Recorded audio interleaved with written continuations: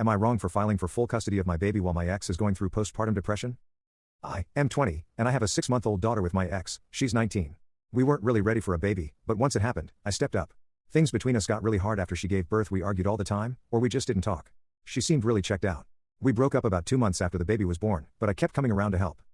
Pretty soon, I started noticing she wasn't really taking care of the baby. I'd show up and the baby would be crying in the crib, diapers soaked, formula still sitting out from hours ago.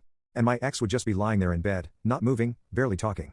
She'd tell me she was tired or just needed rest, but it kept happening. She forgot to feed her a few times. Sometimes she'd say she didn't even realize the baby was crying. I started doing more. Feeding, changing, keeping the baby overnight. I asked her if she was okay and if she'd talked to someone, but she'd just say she was fine and that I didn't need to worry. Then she started calling me in the middle of the night. At first I thought it was just to ask for help, but the things she was saying scared me. She cried a lot. Sometimes she wouldn't say anything at all. A few times she said she didn't think she could do this.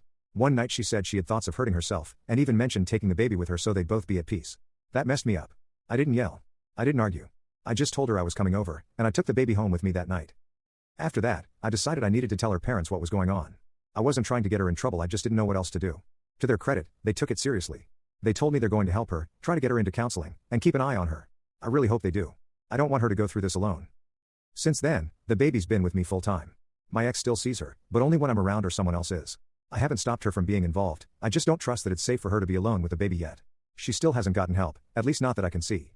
She keeps saying she's fine, but nothing's really changed. So I filed for full custody. I didn't want to. I don't hate her.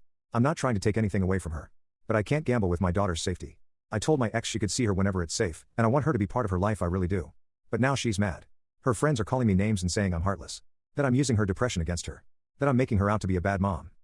But I'm not. I know she's struggling. I know it's not her fault. But I can't wait around hoping things get better while my kid is in the middle of it. I'm doing the best I can, and I'm scared too. I didn't plan for any of this. I'm just trying to keep my daughter safe and give her a stable life. So yeah, I filed. And now I feel like the bad guy. Like maybe I didn't give her enough time, or maybe I should have handled this differently. AITA?